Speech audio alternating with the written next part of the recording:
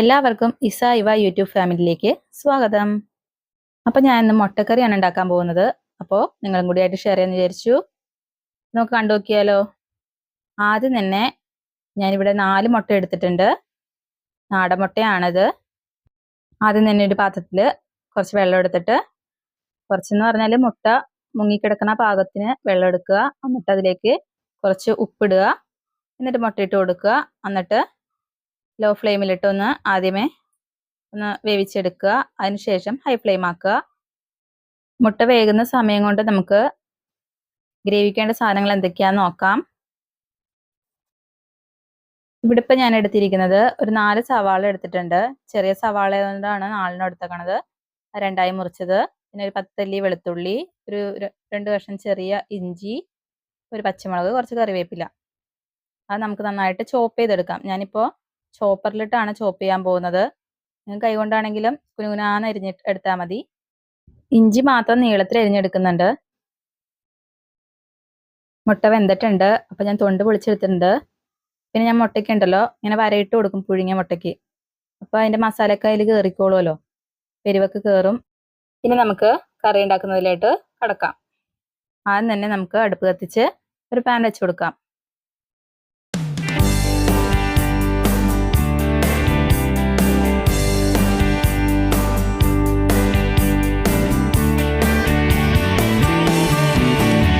Pan ചൂടായി കഴിയുമ്പോൾ ശുദ്ധമായ വെളിച്ചെണ്ണ ഒഴിച്ചു കൊടുക്കാം. ഞാൻ എന്ത് കറിക്കും വെളിച്ചെണ്ണ ആട്ടോ ഉപയോഗിക്കാറ്. നിങ്ങൾക്ക് ഓയിലാണെങ്കിൽ ഓയിൽ, സൺഫ്ലവർ ഓയിലോ എന്തെങ്കിലും നിങ്ങൾ വേറെ ഓയിലാണ് ഉപയോഗിക്കുന്നതെങ്കിൽ അത് ചെയ്യാവുന്നതാണ്.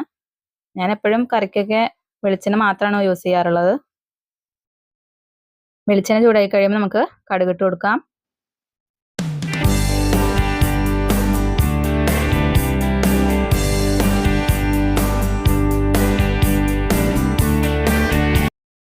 കടുക് പൊട്ടിയതിന് ശേഷം മാത്രം നമുക്ക് ആ സവാള, കറിവേപ്പില, ഇഞ്ചി എന്നിവ ഇട്ട് കൊടുക്കാം.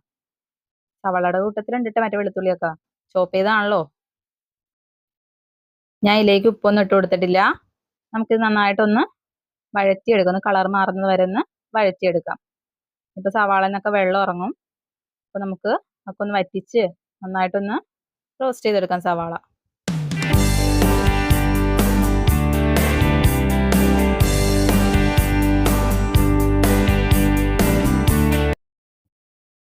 ഇത് കണ്ടോ, സവാളയിൽ നിന്നൊക്കെ വെള്ളം ഇറങ്ങി വന്നിട്ടുണ്ട്. നമുക്കിതൊക്കെ വറ്റിച്ച് സവാളയൊക്കെ ഒന്ന് മൊരിയിച്ചെടുക്കാം.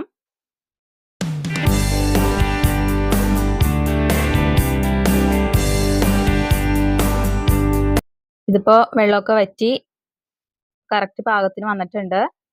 അല്ലാണ്ട് അങ്ങോട്ട് കളർ മാറണ്ട, ഈ കളറൊക്കെ ആയാൽ മതി. നമുക്കിതിലേക്ക് പൊടികളിട്ട് കൊടുക്കാം. ഓരോരുത്തരുടെ ഇഷ്ടത്തിനനുസരിച്ച്, എരിവിനനുസരിച്ച് ഒക്കെ പൊടിക്ക് മാറ്റങ്ങൾ വരുത്താം. ഞാനിപ്പോൾ ഇവിടെ എടുത്തിരിക്കുന്നത് 2 ടേബിൾ സ്പൂൺ മല്ലിപ്പൊടിയും, 1 ടേബിൾ സ്പൂൺ സാദാ മുളക് പൊടിയും, ഒരു 1/4 ടേബിൾ സ്പൂൺ മഞ്ഞൾപ്പൊടിയുമാണ് എടുത്തിരിക്കുന്നത്. ഇതൊക്കെ ഇട്ട് നന്നായിട്ടൊന്ന് പൊടികളുടെ പച്ചമണം മാറുന്നത് വരെ, കുറച്ച് വെളിച്ചെണ്ണയും കൂടി ഒഴിച്ചിട്ട് നമുക്ക് ഇതൊക്കെ പച്ചമണം മാറുന്നത് വരെ ഒന്ന് വഴറ്റി കൊടുക്കാം. വെളിച്ചെണ്ണ പോരെങ്കിൽ ഇത്രയും കൂടി ഒഴിക്കാൻ കുഴപ്പമൊന്നുമില്ല. പൊടികളൊക്കെ ഒന്ന് റോസ്റ്റ് ചെയ്തെടുക്കണം.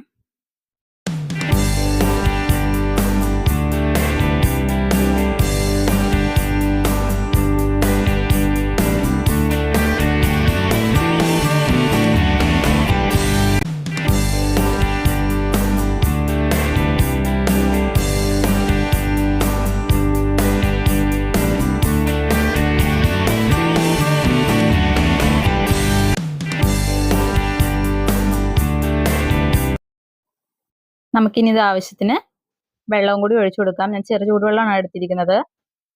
ഓവറായിട്ട് വെള്ളം ഒഴിക്കേണ്ട, ആവശ്യത്തിന് മാത്രം വെള്ളം എടുത്താൽ മതി. ഇതിലേക്ക് പാകത്തിന് ഉപ്പും കൂടി ഇട്ടിട്ട് നമുക്കിനി തിളപ്പിച്ചെടുക്കണം. നന്നായിട്ട് തിളപ്പിച്ചതിന് ശേഷം മാത്രമേ നമ്മൾ മുട്ടയിടാൻ പാടുള്ളൂ.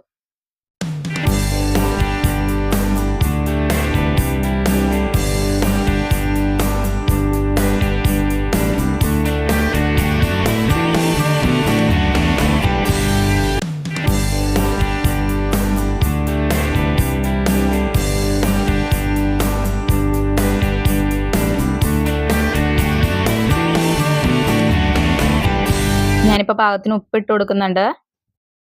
പിന്നെ ഞാൻ മുട്ടക്കറിക്ക് പിന്നെ കടലക്കറിക്കൊക്കെ ഞാൻ ഇച്ചിരി പഞ്ചസാരയും കൂടി ഇട്ട് കൊടുക്കും കേട്ടോ. കാരണം ഒരു ചെറിയ മതിരിപ്പും കൂടി വരുമ്പോൾ പ്രത്യേക ടേസ്റ്റ് ആണ്. അപ്പോൾ ഇപ്പൊ പാകത്തിന് ഉപ്പിട്ട് കൊടുത്തിട്ടുണ്ട്.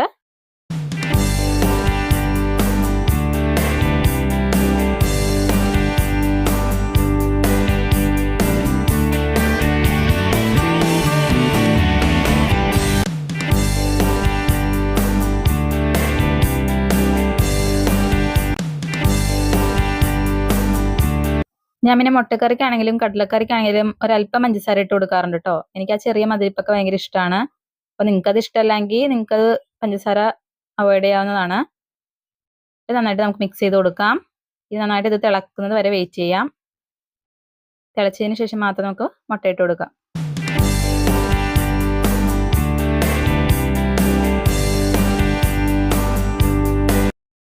ഇതിപ്പോ നന്നായിട്ട് തിളക്കുന്നുണ്ട്. ഉപ്പും പഞ്ചസാരയൊക്കെ കറക്റ്റ് ആണോ നിങ്ങൾ നോക്കുക. എന്നിട്ട് പോരെങ്കിൽ ഇട്ട് കൊടുക്കാവുന്നതാണ്. ഞാൻ വളരെ എരിവൊക്കെ കുറച്ചിട്ട് ചെയ്യാറുള്ളൂ. കാരണം കുട്ടികൾക്ക് കൊടുക്കാവുന്നതുകൊണ്ട് എരിവാണെങ്കിൽ അവർ കഴിക്കില്ല. അപ്പോൾ പച്ചമുളകാണെങ്കിൽ ഞാൻ ഒരെണ്ണം ഇട്ടുള്ളൂ. അപ്പോൾ എരിവൊക്കെ നിങ്ങൾക്ക് ഇഷ്ടമനുസരിച്ച് പൊടികൾ കൂട്ടാം. പച്ചമുളകിന്റെ എണ്ണമൊക്കെ കൂട്ടാവുന്നതാണ്. ഇതിപ്പോൾ ആവശ്യത്തിനുള്ള എരിവേ ഉള്ളൂ. ഓവറായിട്ട് എരിവൊന്നുമില്ല. അധികം എരിവ് കഴിക്കാണ്ടിരിക്കുന്നതാണ് നല്ലത്. നമുക്ക് മുട്ട വരക്കി ഇട്ട് കൊടുക്കാം.